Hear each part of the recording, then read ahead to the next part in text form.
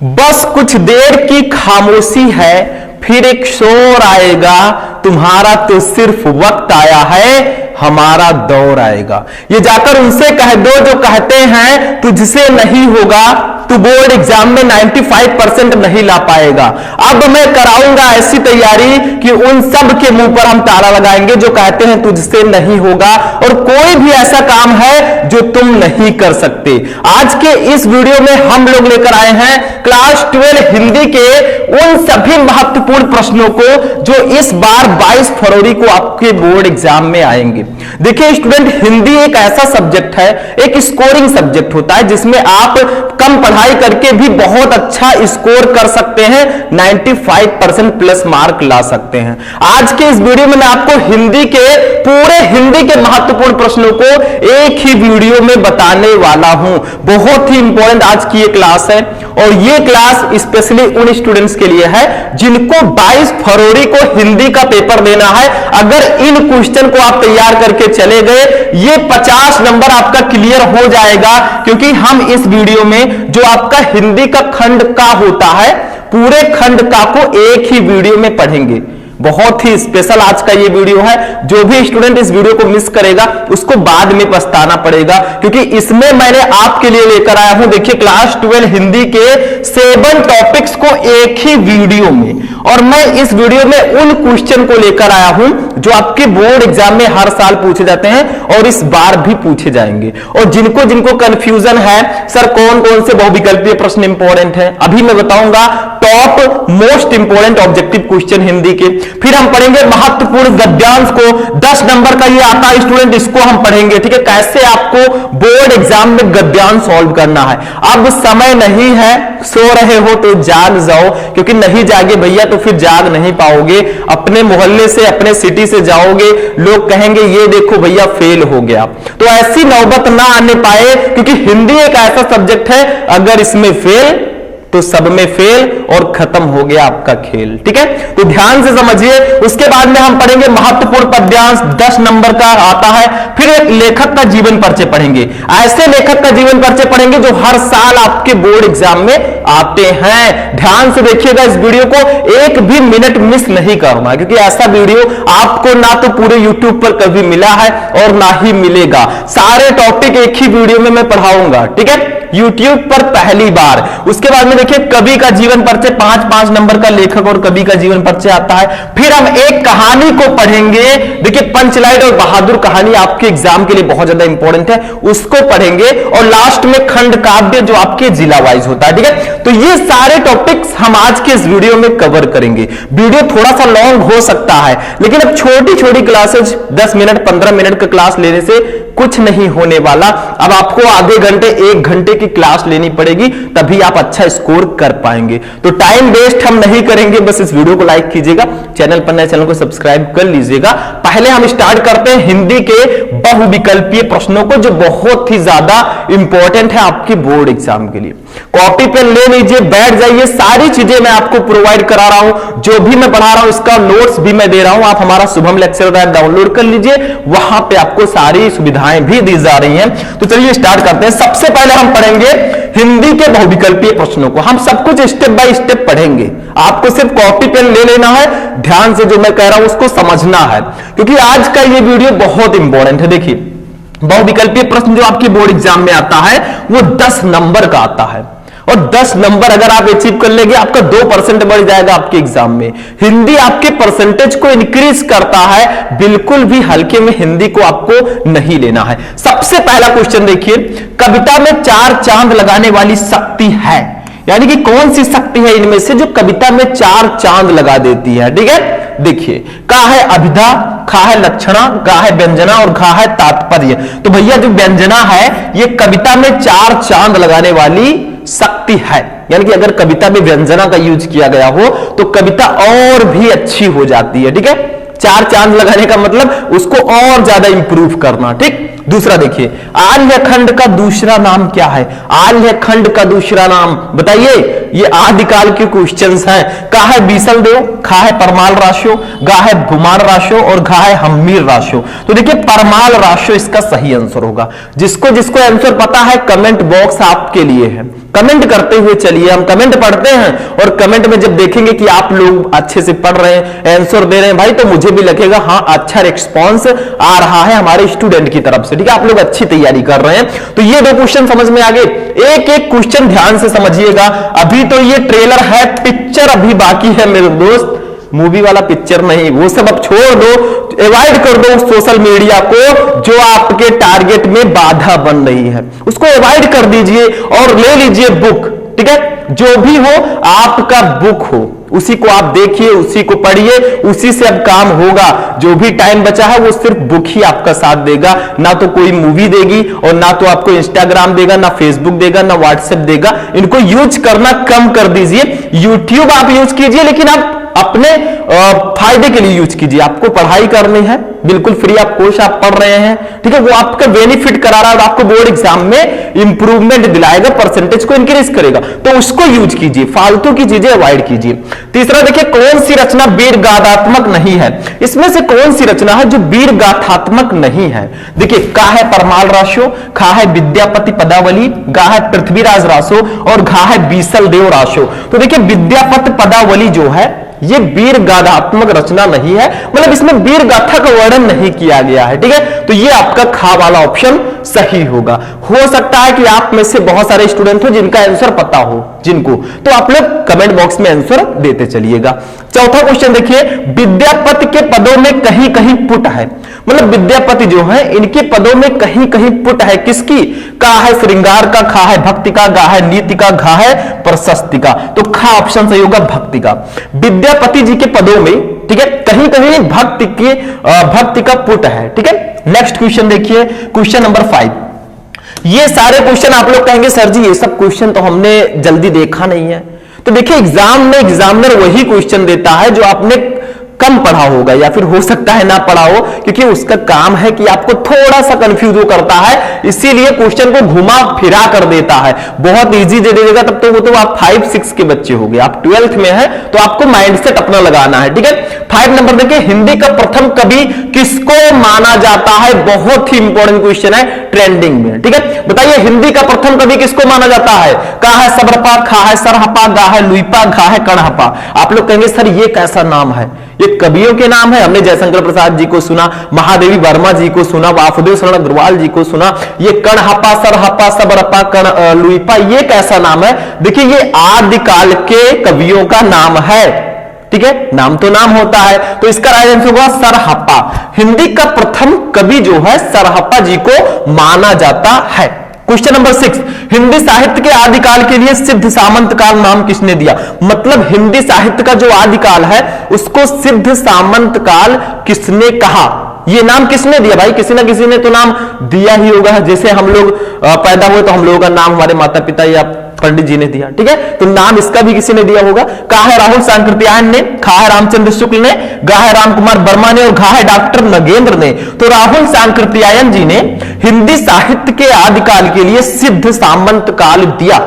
ठीक है, ये ध्यान रखिएगा। क्वेश्चन नंबर 6 बहुत इंपॉर्टेंट है। नेक्स्ट क्वेश्चन, वैसे क्वेश्चंस मैं आपको हिंदी के ऑब्जेक्टिव क्वेश्चन मैं पहले भी प्रोवाइड करवा चुका हूं, ये कोई ना तो नया वीडियो है, क्योंकि पहले से ही मैं आपको पढ़ा रहा हूं, बहुत सारी क्लासेस मैं आपको प्रोवाइड करवा चुका हूं, उन्हीं में से ये क्लास मोस्ट इंपॉर्टेंट है।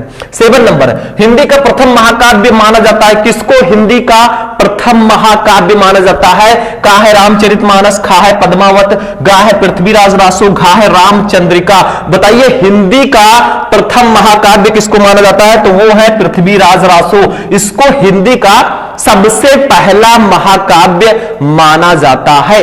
जैसे हिंदी की प्रथम कहानी इंदुमती है, वैसे हिंदी का प्रथम महाकाव्य पृथ्वीराज रासो है। ठीक है, तो ध्यान से समझिए, बहुत इंपॉर्टेंट है। 8 नंबर क्वेश्चन, ज्ञानाश्रयी काव्य धारा के कवि नहीं है। इनमें से कौन से कवि हैं जो ज्ञानाश्रयी काव्य धारा से संबंधित नहीं है? बताइए, क्वेश्चन का आंसर दीजिए। देखिए, का है कबीरदास, खा है मलूकदास, गा है नंददास और घा है रैदास। तो इसका राइट आंसर होगा ऑप्शन नंबर गा, नंददास। देखिए, नंददास जी जो हैं ये ज्ञानाश्रयी काव्य धारा के कवि नहीं है, बाकी तीनों हैं। ठीक, नेक्स्ट क्वेश्चन, ये नहीं वाला आप लोग याद रखिएगा। नेक्स्ट, रसखान किस काव्य धारा के कवि थे? रसखान जी किस काव्य धारा के कवि थे? देखिए इसमें मैंने जितने भी क्वेश्चन लिए ज्यादातर आपके हिंदी पद्य साहित्य से रिलेटेड है, क्योंकि हमारे एग्जाम में हिंदी गद्य साहित्य और हिंदी पद्य साहित्य दोनों से 5-5 नंबर के क्वेश्चंस आते हैं ऑब्जेक्टिव। ठीक है, तो रसखान किस काव्य धारा के कवि थे बताइए? कहा है प्रेमाश्रयी काव्य धारा, कहा है निर्गुण भक्ति काव्य धारा, गा है सगुण भक्ति काव्य धारा, और घा है कृष्ण भक्ति काव्य धारा। इसको कृष्ण कर दीजिएगा। ठीक है, तो इसका राइट आंसर होगा ऑप्शन नंबर घ, कृष्ण भक्ति काव्य धारा। रसखान जी जो हैं ये कृष्ण भक्ति काव्य धारा के कवि थे। ठीक है, मतलब कृष्ण जी की भक्ति से रिलेटेड ये रचनाएं करते थे, उसी के कवि ये थे। 10 नंबर क्वेश्चन, राम भक्ति शाखा से संबंधित है। जैसे हमारा कृष्ण भक्ति शाखा है वैसे राम भक्ति शाखा भी है। कृष्ण भक्ति शाखा में कृष्ण जी के बाल लीलाओं का वर्णन या कृष्ण जी के बारे में बताया गया, राम भक्ति शाखा में राम जी के बारे में बताया गया है। तो राम भक्ति शाखा से संबंधित है कौन? कहा है कुंभन दास, खा है परमानंद दास, गा है नाभा दास, और घा है चतुर्भुज दास। तो भैया नाभा दास जी जो हैं ये राम भक्ति शाखा से संबंधित हैं। ये थे आपके top 10 objective question. 10 objective question मैंने आपको बता दिया। ये 10 क्वेश्चन बहुत ज्यादा इंपॉर्टेंट है, आप लिखकर ले लीजिए। इन्हीं क्वेश्चन में से क्वेश्चंस आएंगे, लेकिन सिर्फ 10 क्वेश्चन को पढ़ने से कुछ नहीं होने वाला, और भी क्वेश्चन आपको पढ़ना होगा। ठीक है, देखिए आप जो भी पढ़िए यूनिक पढ़िए। आपको हिंदी में कम से कम 300 से 400 क्वेश्चन पढ़ने होंगे, तब जाकर आपको 10 में 10 पूरे नंबर मिलेंगे। हो सकता है कि आप 100 क्वेश्चन ही पढ़े उसी में से आ जाए, सब एग्जामिनर जाने। ठीक है, उसी के ऊपर है। तो ये टॉप 10 हिंदी के ऑब्जेक्टिव क्वेश्चंस मैंने आपको बता दिए। अब हम पढ़ेंगे अपना नेक्स्ट टॉपिक, महत्वपूर्ण गद्यांश। ऐसे ऐसे करके हम एक एक टॉपिक को पढ़ते हुए चलेंगे, टेंशन मत लो मेरे दोस्त। ठीक है, किसी बात का। चलिए आगे बढ़ते हैं नेक्स्ट टॉपिक। अब देखिए स्टूडेंट, हमारा जो नेक्स्ट टॉपिक है वो है हिंदी का महत्वपूर्ण गद्यांश। बहुत सारे स्टूडेंट कंफ्यूज रहते हैं, सर हम कैसे गद्यांश को सॉल्व करें ताकि एग्जामिनर हमें 10 में 10 मार्क दे, यानी कि 9 सही 1/2 9.5 नंबर भी ना दे, 10 में 10 पूरे नंबर मिले। तो टेंशन मत लो, 10 में 10 ही नहीं, हम 100 में 100 दिलवाकर रहेंगे, क्योंकि आज ही आप लोग निर्णय कर लीजिए, ले लीजिए कॉपी और बुक और निर्णय कर लीजिए मुझे कितना लाना है एग्जाम में। खुद को 2 महीने के लिए खुद को बंद कर दीजिए एक रूम में, और पढ़ाई इतनी अच्छी से स्टार्ट कर दीजिए। जैसे मैंने बताया नहीं कि ये खामोशी से पहले, तूफान के पहले की शांति होनी चाहिए। मतलब आप अंदर रहिए, कोई जान ही ना पाए कहां गया भैया, और जब निकलो टॉपर बनकर निकलो। यही मैं चाहता हूं, क्योंकि अब समय नहीं है, जो समय है पढ़ाई कर लो, उसके बाद तो छुट्टी आ ही जाएगी कुछ दिन के लिए, एंजॉय तो आगे है ही। आज पढ़ाइए 12th ना तो बार बार आएगा, जो बीत गया है वो अब दौर ना आएगा। ठीक है, और बुक लेकर कह दीजिए इस दिल में सिवा तेरे कोई और ना आएगा। बुक को देखिए, महत्वपूर्ण गद्यांश भैया 10 नंबर का आता है। 10 में 10 कैसे लाओगे? कुछ नहीं है गद्यांश में, बहुत सिंपल सा होता है। क्यों डरते हैं आप? किसी से मत डरिए। ठीक है, देखिए एक गद्यांश आपको दिया रहेगा, ये आपको गद्यांश दिया जाएगा, इसके नीचे 5 क्वेश्चन रहेंगे, 1 2 3 4 5, पांचों का आंसर दीजिए, 10 नंबर ले जाइए। अभी हम देंगे, पहले आपको गद्यांश ध्यान से पढ़ना है। देखो, पढ़ो और पहचानो ये किस चैप्टर का है। देखो, भाषा स्वयं संस्कृति का एक अटूट अंग है। संस्कृति परंपरा से मिश्रित होने पर भी परिवर्तनशील और गतिशील है। उसकी गति विज्ञान की प्रगति के साथ जोड़ी जाती है। वैज्ञानिक आविष्कारों के प्रभाव के कारण उद्भूत नई सांस्कृतिक हलचलों को शाब्दिक रूप देने के लिए भाषा के परंपरागत प्रयोग पर्याप्त नहीं है। इसके लिए नए प्रयोगों की, नई भाव योजनाओं को व्यक्त करने के लिए नए शब्दों की खोज की महती आवश्यकता है। आप लोग कहेंगे सर जी कैसे पहचाने, क्योंकि हमें संदर्भ भी लिखना होता है, किस पार्ट से है, इसके लेखक कौन है, कैसे पहचानोगे? इसमें ट्रिक है मेरे दोस्त। देखो, यहां पे भाषा और संस्कृति का वर्णन किया गया है। एक चैप्टर आप में भाषा और आधुनिकता, ये उसी चैप्टर से लिया गया। देखिए आगे मैंने लिख रखा है। ठीक है, ये किस चैप्टर से? आपके भाषा और आधुनिकता चैप्टर से, और इसके लेखक है प्रोफेसर जी सुंदर रेड्डी जी। तो आपके इसी गद्यांश में ट्रिक रहता है, मतलब ये भाषा है भैया, कई बार भाषा का इसमें जिक्र किया गया है। तो भाषा का जिक्र किया गया, यानी कि ये भाषा एवं आधुनिकता चैप्टर का है, और इसके लेखक प्रोफेसर जी सुंदर रेड्डी जी हैं। सही से ध्यान से पहले आपको पढ़ना है। तुरंत आंसर मत, ऐसा मत सोचिए कि क्वेश्चन पढ़ा उसका आंसर देने लग गए। पढ़ोगे नहीं तो आपका माइंड कैसे सर्च करेगा किसी क्वेश्चन को, पहले पढ़ो, ठीक है। अब देखो इसके नीचे 5 क्वेश्चन रहेंगे, एक एक क्वेश्चन के लिए 2 नंबर, 2 2 2 2 10 नंबर आपको मिलेगा। देखिए क्या है, उपयुक्त गद्यांश के पाठ और लेखक का नाम लिखिए। सबसे पहले आपको संदर्भ लिखना है। हिंदी की पूरी कॉपी कैसे लिखें, इस पर मैंने एक वीडियो बनाया है, उसमें सारी चीजें मैंने आपको बताई, कैसे संदर्भ लिखना है, कैसे इसको सॉल्व करना है, ठीक है। तो आप लोग सर्च करेंगे 12th हिंदी की कॉपी कैसे लिखें, शुभम लेक्चरर, आपको वीडियो मिल जाएगा, ठीक है, ढूंढोगे तो मिल जाएगा। दूसरा देखिए, रेखांकित अंश की व्याख्या कीजिए। मतलब ये जो भैया हैं यहां से लेकर यहां तक, देखिए इनके नीचे रेखाएं हैं, इतने का व्याख्या करना है, अपने शब्दों में करना है। कोई जरूरी नहीं है किताब से रट कर चले गए वही लिख दिए। अगर आप मान लीजिए पढ़ के गए वही आ गया तब तो लिख देंगे, और मान लीजिए दूसरा आ गया तब तो अपने भाषा में करना, ये ध्यान रखिएगा। तीसरा, संस्कृति का एक अटूट अंग क्या है, तो इसी में सब कुछ दिया गया। देखिए भाषा संस्कृति का एक अटूट अंग है, पहली ही लाइन में आपको क्वेश्चन का आंसर दिया गया है। 2 लाइन 2 नंबर क्लियर आपका, कितना इजी है सोचो। उसके बाद में देखिए, किसकी गति विज्ञान की प्रगति के साथ जोड़ी जाती है, तो वो भी इसी में सारी चीजें दी गई है। देखिए भाषा स्वयं संस्कृति का एक अटूट अंग है, संस्कृत परंपरा से निश्रित होने पर भी परिवर्तनशील और गतिशील है, उसकी गति विज्ञान की प्रगति के साथ जोड़ी जाती है। यानी कि संस्कृति की गति विज्ञान की प्रगति के साथ जोड़ी जाती है। देखिए क्वेश्चन का आंसर मिल गया, कितना इजी है, सिर्फ लिखना आना चाहिए, एक्सपीरियंस होना चाहिए। नेक्स्ट देखिए कि नए शब्दों की खोज की आवश्यकता क्यों है। देखिए सब कुछ लिखा है यहां पे, यहां से पढ़िए, यहां से आप पढ़ते चलेंगे। देखिए यहां से, वैज्ञानिक आविष्कारों के प्रभाव के कारण उद्भूत नई सांस्कृतिक हलचलों को शाब्दिक रूप देने के लिए भाषा के परंपरागत प्रयोग पर्याप्त नहीं है, इसके लिए नए प्रयोगों की, नई भाव योजनाओं को व्यक्त करने के लिए नई शब्दों की खोज की महती आवश्यकता है। अभी मैं बताऊंगा कैसे लिखना है। तो सबसे पहले आपने पहचान लिया ये किस पार्ट से है, तो सबसे पहले क्वेश्चन का आंसर हम पहले देंगे, प्रश्नोत्तर संख्या आप डाल दीजिएगा, ठीक है। देखिए फर्स्ट क्वेश्चन का आंसर, जब आप गद्यांश को सॉल्व करें तो आपको ऐसे करना है, भाषा डॉट डॉट करके आवश्यकता है। मतलब देखो ये क्वेश्चन आपका था, इसका फर्स्ट वर्ड और लास्ट में जो वर्ड है इसको डॉट डॉट करके लिख देना है, क्योंकि क्वेश्चन तो आपको उतारना नहीं है, आंसर ही लिखना है। अब 2 गद्यांश दिए रहते हैं भैया, एग्जामिनर कैसे जान पाएगा आपने कौन सा किया है, तो ये लिखना बेहद ज्यादा जरूरी है। तो हमने लिख दिया। सबसे पहला हेडिंग हमें लिखना था, उपयुक्त गद्यांश के पाठ और लेखक का नाम लिखिए। तो देखिए हेडिंग डालेंगे संदर्भ सबसे पहला, और कैसे लिखेंगे ध्यान देना, ये बहुत ही इंपॉर्टेंट पॉइंट है। देखो प्रस्तुत गद्यांश हमारी पाठ्य पुस्तक के गद्य भाग, देखिए इसको ऐसे इन्वर्टेड कॉमा के अंदर कर दीजिएगा और इसको ब्लैक से लिखिएगा। मैं जो बोल रहा हूं उस पर ध्यान दीजिए। प्रस्तुत गद्यांश हमारी पाठ्य पुस्तक के गद्य भाग को ब्लैक पेन से लिखना है। में संकलित तथा श्रेष्ठ विचारक व निबंधकार प्रोफेसर जी सुंदर रेड्डी द्वारा लिखित। ये जो प्रोफेसर जी सुंदर रेड्डी है इसको भी इन्वर्टेड कॉमा के अंदर करके ब्लैक पेन से लिखिएगा, बाकी को ब्लू से, ठीक है। लिखित भाषा और आधुनिकता शीर्षक निबंध से अवतरित है, और इस भाषा और आधुनिकता को भी ब्लैक से लिखिएगा।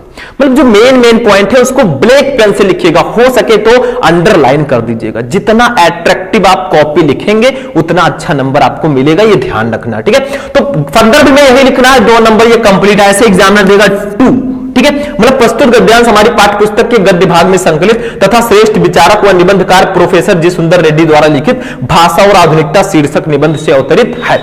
दूसरा क्वेश्चन देखते हैं। दूसरा क्वेश्चन हमारा क्या था, देखो रेखांकित अंश की व्याख्या कीजिए। मतलब इसकी व्याख्या करनी है, यहां से लेकर यहां तक आपको इसकी व्याख्या करनी है।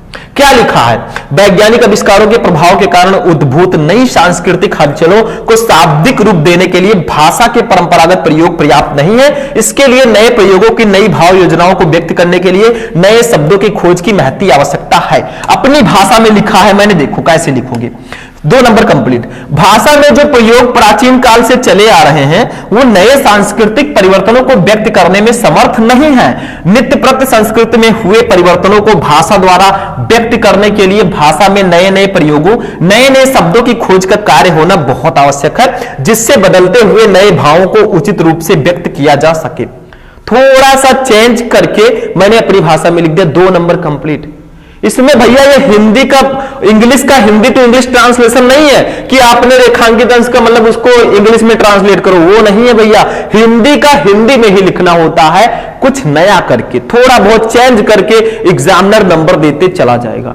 आपकी कॉपी में साफ सफाई होनी चाहिए, दिखने में अच्छा होना चाहिए, नंबर तो एग्जामिनर पूरा देगा, एक नंबर नहीं काटेगा। कोई आपसे दुश्मनी थोड़ी ना जो नंबर काटेगा। नेक्स्ट क्वेश्चन है, संस्कृति का एक अटूट अंग क्या है? तो देखो लिखा है भाषा स्वयं संस्कृति का एक अटूट अंग है। तो देखिए आंसर मैंने क्या लिखा, संस्कृति का एक अटूट अंग भाषा है, ये हमारा तीसरा आंसर। अब ये देखिए इसका 2 नंबर एकदम क्लियर होता है और ये बहुत छोटा सा क्वेश्चन है, ठीक है, मतलब ये एक लाइन का क्वेश्चन है। आप लोग कहेंगे सर संदर्भ हमें 2-3 लाइन में लिखना था और हमने रेखांकित अंश की व्याख्या भी 4-5 लाइन में लिखी और ये एक लाइन लिखने से आपको 2 नंबर मिल जाएगा? बिल्कुल मिल जाएगा, कुछ नहीं है इसमें, ठीक है। चौथा क्वेश्चन देखिए, क्वेश्चन नंबर 4 है हमारा, किसकी गति विज्ञान की प्रगति के साथ जोड़ी जाती है? तो देखिए आंसर देखिए, संस्कृति की गति विज्ञान की प्रगति के साथ जोड़ी जाती है। देखिए यहां पे लिखा है, हम अपनी तरफ से कुछ नहीं बता रहे हैं। देखिए ये देखिए, उसकी गति विज्ञान की प्रगति के साथ जोड़ी जाती है। किसकी? ये देखिए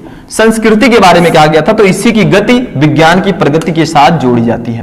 क्वेश्चन नंबर 5 देखिए, नए शब्दों की खोज की आवश्यकता क्यों होती है? तो देखिए इसका आंसर क्या होगा, इसका भी आंसर यहां पे है। देखो, युगानुरूप परिवर्तन नवीन भावों को उचित रूप में व्यक्त करने के लिए नए शब्दों की खोज की आवश्यकता होती है। मतलब क्यों होती है? मतलब युगानुरूप परिवर्तित नवीन भावों को उचित रूप में व्यक्त करने के लिए नए शब्दों की खोज की आवश्यकता होती है। बस हो गया।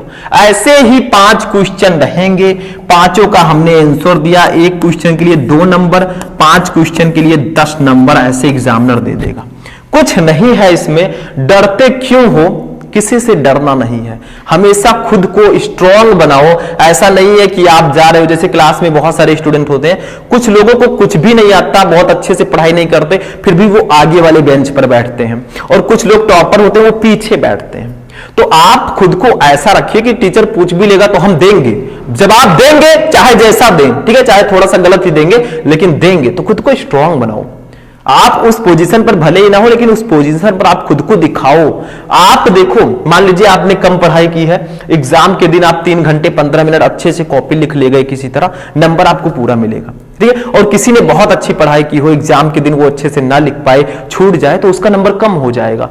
पढ़ाई मायने नहीं रखता, आप खुद को प्रेजेंट कैसे करते हैं ये मायने रखता है। और आज पढ़ाई किए रहोगे, कल बहुत अच्छे से आपका पेपर होगा। तो ये आपका था गद्यांश, ठीक है। अब चलिए पद्यांश को देखते हैं, ठीक है। नेक्स्ट टॉपिक, अब देखिए स्टूडेंट, नेक्स्ट टॉपिक जो हमारा है वो जीवन परिचय है। अब बहुत सारे हमारे स्टूडेंट कहते हैं सर 12th में हैं हम, और हमारे हिंदी के पेपर में साहित्यिक परिचय और उनकी रचनाएं लिखने को आती हैं, क्यों कंफ्यूज हो? देखिए जब भी आपको, जैसे हरिशंकर प्रसाद जी का मैंने लिया है, आप लोग कहेंगे सर वासुदेव शरण अग्रवाल, हजारी प्रसाद द्विवेदी जी का क्यों नहीं लिया? इसका मैंने आपको ऑलरेडी पढ़ा रखा है, सर्च करो यूट्यूब पर वासुदेव शरण अग्रवाल जीवन परिचय शुभम लेक्चर, जिसका सर्च करोगे आ जाएगा। तो मैंने सोचा आज कुछ अलग करते हैं, आज हरिशंकर प्रसाद जी का लेते हैं, ये भी बहुत इंपॉर्टेंट है। साहित्यिक परिचय और उनकी रचनाएं लिखनी होती हैं, लेकिन मैं कहूंगा अगर आप 12th में हैं तो सबसे पहले एक छोटा सा जीवन परिचय आप लिखिए, उनका जन्म, उनकी मृत्यु सिर्फ उसमें लिखिए 4-5 लाइन का। उसके बाद आपको साहित्यिक परिचय लिखना है। साहित्यिक परिचय थोड़ा लॉन्ग लिखिए, फिर उनकी रचनाएं। अगर आप साहित्यिक परिचय ही लिख देंगे और उनकी रचनाएं लिख देंगे तो भी नंबर मिल जाएगा। कंफ्यूजन मैं दूर कर रहा हूं। जो स्टूडेंट कहते हैं सर केवल साहित्यिक परिचय और उनकी रचनाएं लिखे नंबर मिल जाएगा पूरा, बिल्कुल मिल जाएगा। और अगर जीवन परिचय छोटा सा लिखेंगे तो भी पूरा नंबर मिल जाएगा, जैसा आप चाहें, आपकी मर्जी, ठीक है। सबसे पहले जीवन परिचय हमने हेडिंग डाला, श्री हरिशंकर प्रसाद जी का जन्म मध्य प्रदेश के इटारसी के निकट जमानी नामक स्थान पर 22 अगस्त 1924 को हुआ था। आरंभ से लेकर स्नातक स्तर तक इनकी शिक्षा मध्य प्रदेश में हुई। प्रसाद जी ने मुख्यतः व्यंग प्रधान ललित निबंधों की रचना की है। 10 अगस्त 1995 ईस्वी को जबलपुर में इनका देहावसान हो गया। देखिए 4 लाइन में मैंने प्रेजेंट कर दिया जीवन परिचय को। कौन कौन से जीवन परिचय 12th में इंपॉर्टेंट है? वासुदेव शरण अग्रवाल, हजारी प्रसाद द्विवेदी, हरिशंकर परसाई, ये तीनों हमारे हिंदी गद्य में इंपॉर्टेंट है। पद्य में कौन कौन से इंपॉर्टेंट है? महादेवी वर्मा, जयशंकर प्रसाद, रामधारी सिंह दिनकर, ये तीन उसमें इंपॉर्टेंट है। अगर इन 6 जीवन परिचय को आप पढ़ के जाएंगे 10 नंबर कोई काट ही नहीं सकता, लिखकर ले लीजिए स्टॉम्प पेपर पर, ठीक है। तो ये इनका जीवन परिचय। अब आते हैं इनके मेन पॉइंट पर, साहित्यिक परिचय पर, क्योंकि इसको आपको 6 से 7 लाइन में प्रेजेंट करना होगा। देखिए साहित्यिक परिचय में लिखते क्या है, इनका साहित्य में परिचय कैसा है, कैसे ये लेखक थे, यही लिखना होता है, वही कुछ नहीं है इसमें। देखो परसाई जी हिंदी व्यंग्य के आधार स्तंभ थे। इन्होंने हिंदी व्यंग्य को नई दिशा प्रदान की है और अपनी रचनाओं में व्यक्ति और समाज विसंगतियों से पर्दा हटाया है।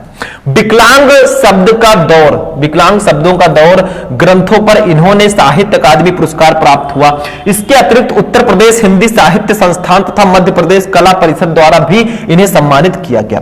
इन्होंने कथाकार, उपन्यासकार, निबंधकार और संपादक के रूप में हिंदी साहित्य की महान सेवा की। मतलब ये क्या थे, हिंदी में कैसा योगदान है इनका, ये साहित्यिक परिचय में लिखना होता है। और जो इनको इनाम मिले, जो पुरस्कार मिले, वो इनका लिखना होता है, ठीक है। देखिए ये कथाकार भी थे, कथाएं भी लिखते थे, उपन्यासकार भी थे, उपन्यास भी लिखते थे, निबंधकार भी थे, निबंध भी लिखते थे, क्योंकि हमारे में निबंध इन्होंने लिखा है तभी तो हम पढ़ रहे हैं निंदारस, ठीक है। ये हो गया। आगे बढ़ते हैं, इनकी रचनाओं पर आते हैं भाई। रचनाएं हेडिंग डालेंगे, इनकी प्रमुख रचनाएं निम्नलिखित हैं, ऐसे हेडिंग डाल के लिखिएगा। देखिए कहानी संग्रह में इन्होंने हंसते हैं रोते हैं जैसे उनके दिन फेरे, ये दोनों कहानी संग्रह इन्होंने लिखी है। उपन्यास में इन्होंने क्या क्या लिखा? रानी नागफनी की कहानी और तट की खोज, ये इनके उपन्यास हैं। निबंध संग्रह में क्या क्या लिखा इन्होंने?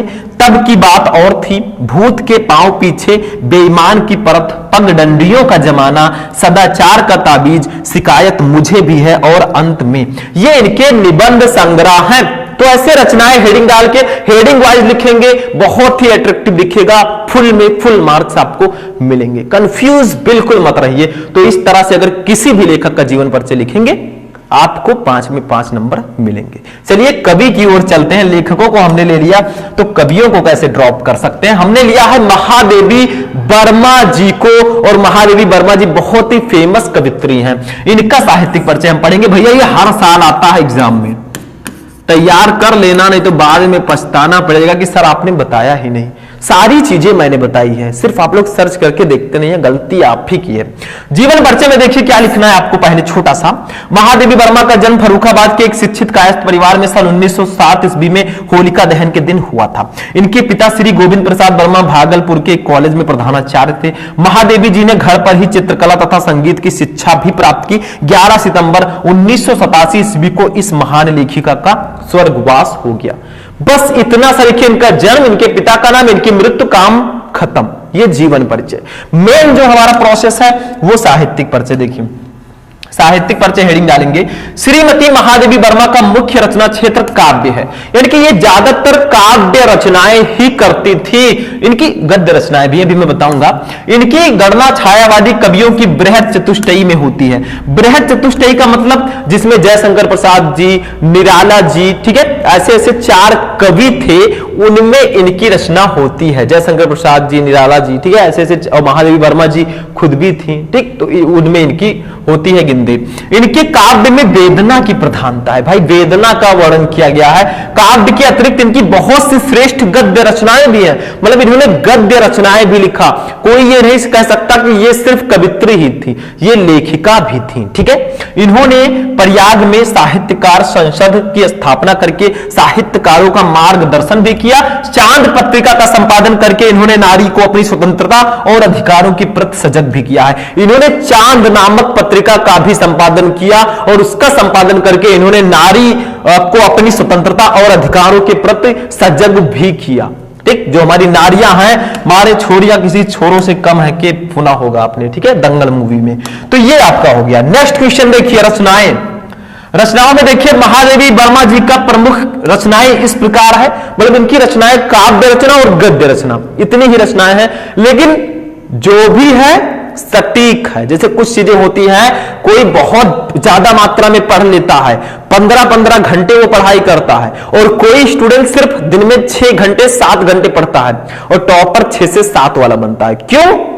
क्योंकि उसने अच्छे से पढ़ाई की, वो स्मार्ट तरीके से स्टडी कर रहा है। ऐसे ही लेखकों में भी होता है। किसी ने बहुत सारी रचनाएं कर दी, उसको उतना पुरस्कार नहीं मिला जितना महादेवी वर्मा जी को हमारे मिला है। ठीक है, तो ये ध्यान में रखिएगा, काम उतना कीजिए जितना अच्छे से कीजिए, मतलब जो भी कीजिए पूरा माइंड उसी पर लगाकर कीजिए। ठीक है, समझ में आया? रचना है काव्य में देखिए इन्होंने निहार, रश्मि, नीरजा, सांदगी, दीपशिखा, यामा, ये सारी इनकी काव्य रचना है। यामा तो जो है बहुत ही फेमस रचना है इनकी। गद्य रचनाओं में इन्होंने अतीत के चलचित्र, स्मृति की रेखाएं, श्रृंखला की कड़ियां, ये इनकी गद्य रचनाएं। बाकी इन्होंने रचनाएं नहीं की, मतलब काव्य और गद्य रचनाएं इन्होंने की है। ये भी समझ में आ गया।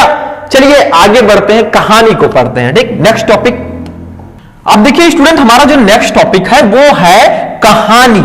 और कहानी में 12th में 2 कहानियां बहुत ज्यादा इंपॉर्टेंट है। मैं इसको VVI की कैटेगरी में रखता हूं, पंचलाइट कहानी, बहादुर कहानी। वैसे आप में लाटी कहानी भी है, पढ़ लीजिएगा, लेकिन पंचलाइट और बहादुर जिसने पढ़ लिया 5 नंबर कोई काट ही नहीं सकता। लेकिन क्या क्या पढ़ना होगा?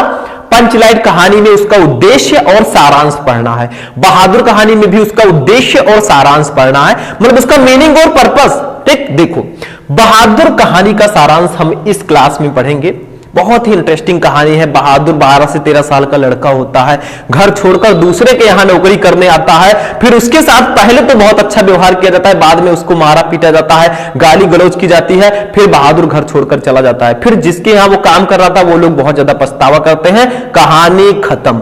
ठीक है, लेकिन अपनी भाषा में मैंने बताया, अब हम बताएंगे किताबी भाषा में जैसा आपको लिखना है। अमरकांत जी द्वारा लिखी कहानी बहादुर। अमरकांत जी ने लिखा है, एक मध्यवर्गीय परिवार में नौकर के साथ परिवारजनों द्वारा किए गए अत्यधिक कटु व्यवहार की कहानी है। मतलब ये जो कहानी है ये एक लड़के के साथ एक परिवार ने जो कटु व्यवहार किया उसकी कहानी है। नौकरी कर रहा था। लेखक ने स्वयं को कहानी का पात्र बनाते हुए कहानी की आत्मकथात्मक रूप से रचना की है।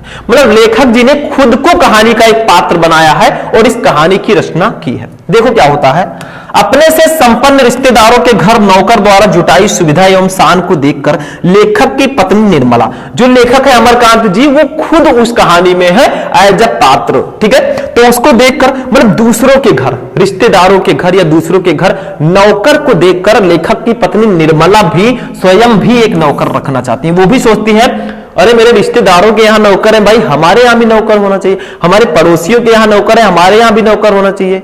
चाहे उनके यहाँ 5,000 ले रहा है, मेरे यहाँ 2,500 वाला ही रख दे, नाम तो होगा नौकर। नौकर है भाई। ठीक, मतलब सुख सुविधा दूसरों का देखकर लोग ज्यादा करते हैं आजकल। बहादुर नेपाल का 12 से 13 साल का लड़का है जो अपनी मां के दुर्व्यवहार से तंग आकर घर छोड़कर शहर चला आता है। यानी कि बहादुर जो है वो नेपाल का 12 से 13 साल का लड़का होता है। उसकी माता जी उसको थोड़ा सा दुर्व्यवहार कर दे। भाई सबकी माता जी है, अगर कोई बच्चा कुछ गलत काम करेगा तो माता जी बोलेंगी जरूर से। ठीक है, जो भाई मम्मा होती हैं, तो वैसे ही उसके साथ थोड़ा दुर्व्यवहार करते हैं उनकी माता जी, थोड़ा बोलती हैं, तो वो घर छोड़ के बहादुर चला आता है। ठीक है, घर छोड़कर शहर चला आता है और निर्मला के परिवार में नौकर रख लिया जाता है। देखिए निर्मला को नौकर की आवश्यकता थी, बहादुर आया, उसको नौकर के रूप में रख लिया गया। दोनों को काम मिल गया, उसको नौकर चाहिए था, उसको काम चाहिए था, दोनों का काम हो गया। लेकिन देखो निर्मला और उसका परिवार बहादुर के प्रति पहले तो अच्छा व्यवहार करते हैं, परंतु धीरे धीरे कठोरता बरतने लगते हैं। मतलब निर्मला और बहादुर का परिवार पहले, निर्मला और उसका परिवार जो है पहले बहादुर के साथ बहुत अच्छा व्यवहार करता है। भाई सारा काम वो करता था तो अच्छे से बोलेंगे चालेंगे, लेकिन बाद में वो लोग क्या करते हैं, कठोरता बरतने लगते हैं। देखिए क्या क्या हुआ बहादुर भैया के साथ। देखो वह घर का सारा कार्य करता है, इसके बावजूद उसके साथ गाली गलौज से मारपीट तक की नौबत आ जाती है। वो घर का सारा काम करता था बहादुर, फिर भी उसके साथ गाली गलौज किया जाता है, मारपीट तक की नौबत आ जाती है। और इतना ही नहीं, झूठी चोरी का इल्जाम लगाकर उसे अपमानित भी किया जाता है। भाई अगर मार दिया या गाली गलौज कर दिया चलो ठीक है, थोड़ा बहुत सह लेंगे, गरीबी है उसकी, तो लेकिन अगर जब कोई आपको झूठा इल्जाम लगाएगा, आपने ना किया हो और कोई आपके ऊपर इल्जाम लगाए, तो दिल टूट जाता है शीशे की तरह। ठीक है, किया जाता है, पीटा भी जाता है, मारा भी जाता है। अंततः क्या होगा, बहादुर घर छोड़कर चला जाता है। परिवार के सभी सदस्य उसे ढूंढते हैं क्योंकि उसके कारण सब आराम के आदी हो चुके थे। ठीक है। जिसके घर वाले उसके नहीं होते उसका कोई नहीं है, समझ लो, ठीक है। तो बहादुर जब घर छोड़कर चला था तो परिवार के सभी सदस्य उसको ढूंढने लगते हैं, भाई बहादुर कहां गया, हमारा काम करता था, हम लोग आराम करते थे, अब वो काम हमें खुद करना होगा। आराम के वो आदी हो चुके थे परिवार वाले। फिर बहादुर चला गया तो अब उसको ढूंढने लगते हैं। तो अब पछताए होत क्या जब चिड़िया चुग गई खेत। देखो बहादुर की उपयोगिता देखकर सभी अब उसका अपना घरेलू कार्य करने से घबराते हैं। बहादुर के घर छोड़कर चले जाने पर भी वे पश्चाताप करते हैं तथा अच्छा व्यवहार करने की सोचते हैं। परंतु अब पछताए होत क्या जब चिड़िया चुग गई खेत। भाई जब बहादुर छोड़कर चला गया, पहले आपने उसके साथ कठोरता का व्यवहार किया, बाद में आप कुछ भी करें, जब वो चला गया तो चला गया, ठीक है। समझ में आया। बहादुर में सहनशीलता और स्वाभिमान की भावना कूट कूट कर भरी हुई है। उसके इसी चरित्र के कारण यह कहानी हमें प्रिय है।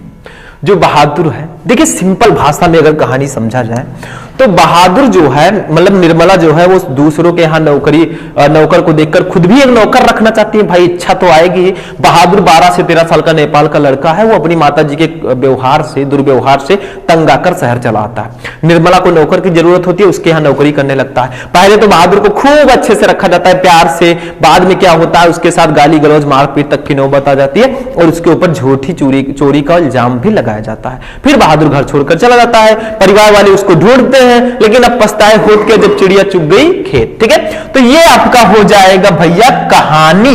आप लोग कहेंगे सर जी एक और टॉपिक हमारा, उसको भी मैं देखिए, यहां ये आपका हो गया जीवन परिचय हो गया, पद्यांश हो गया, ठीक है, गद्यांश हो गया और ऑब्जेक्टिव क्वेश्चन भी हमने पढ़ लिया। देखिए सारे ऑब्जेक्टिव। एक टॉपिक है खंड काव्य। देखो ये भैया 5 नंबर का आता है। ये अलग अलग जिलों में अलग अलग होता है। कुछ जिलों को एक ग्रुप में रखा गया है। जैसे हमारे यहां त्यागपथी है, आपके यहां हो सकता है रश्मि रथी हो, श्रवण कुमार हो, मुक्त यज्ञ हो, फत्त की जीत हो। कौन सा है कमेंट कर दीजिएगा। और इसको मैं नहीं पढ़ाने वाला, क्योंकि अभी मैं त्यागपथी को पढ़ा दूंगा तो कुछ स्टूडेंट कहेंगे सर हमारा आपने नहीं बताया। तो ये स्वपठित होता है, खुद पढ़िए, ठीक है।